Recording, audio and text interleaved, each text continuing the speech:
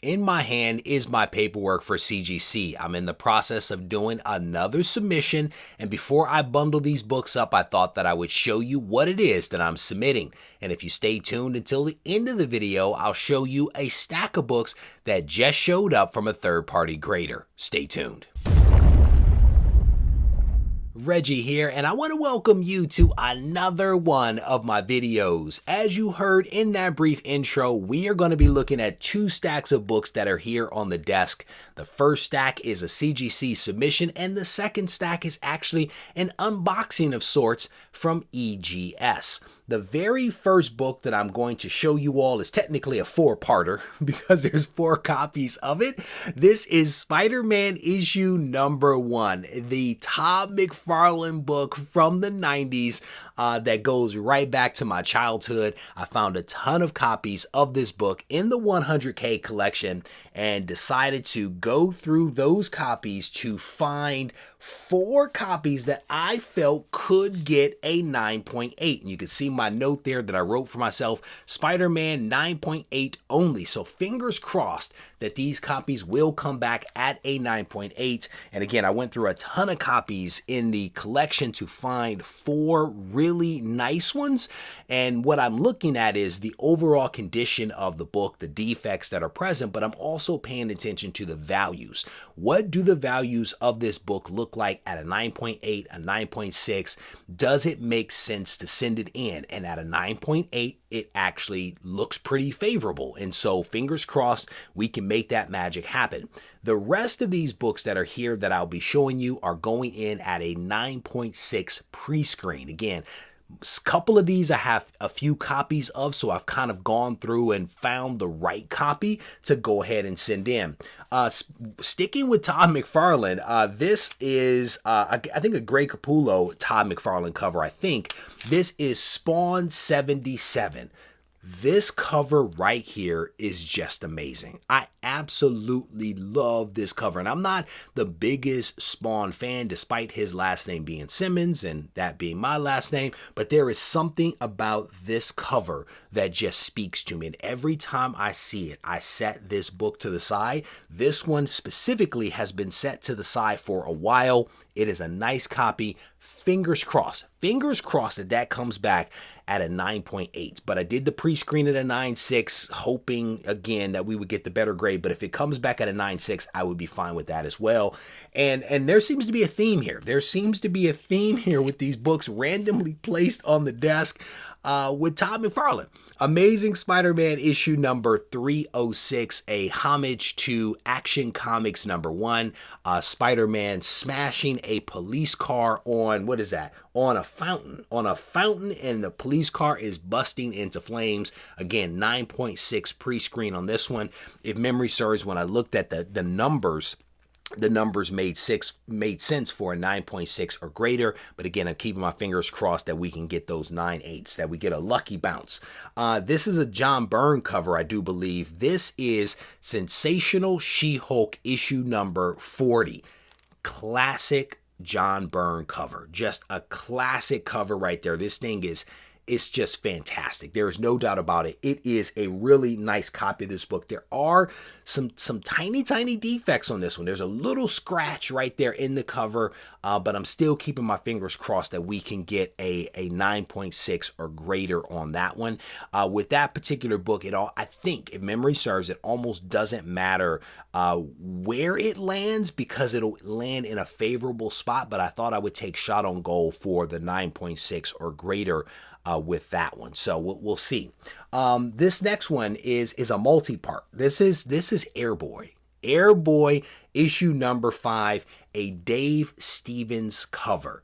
And Dave Stevens, people absolutely love his artwork. They absolutely love Airboy issue number 5. I found a ton of copies of Airboy 5 in the 100K collection over the years. And so I've set to the side these 4 copies, again, that I'm hoping for a 9.6 or greater.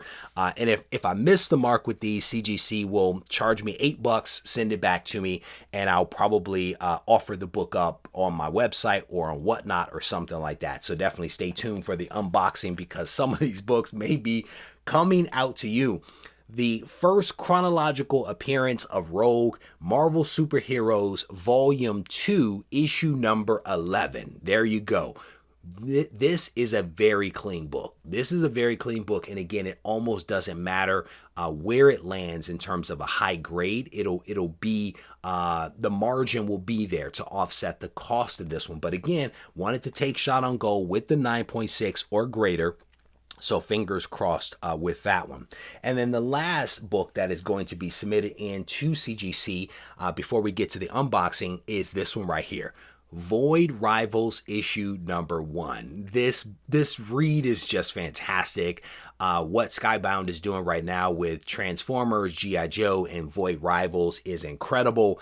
And so this is a really clean copy. Keeping my fingers crossed again that we get the 9.8, but if I get the 9.6, I will not be disappointed. It'll still stay in the collection. That is a cool cover right there. All right, so as promised, I have a couple of books here that have been graded that I want to show you. These are not CGC books. These are actually EGS books that I sent in a while ago, and they literally just came back yesterday.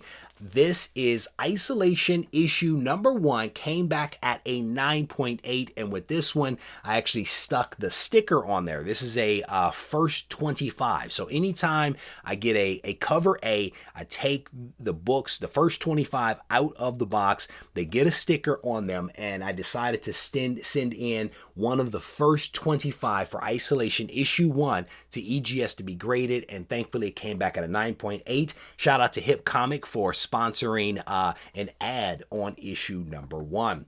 Issue number 2, with this one, I decided to do the blood variant. We had a secret variant that we actually released, and we released some of the regular covers and then the secret variant as people ordered them. This is Isolation number 2. This is the blood variant. And you can see the blood spots there. So if you have issue 2 of Isolation, check your copy to see if you receive one of the blood variants or the regular cover. I did not have a graded version of the blood variant. That's the reason why I did it.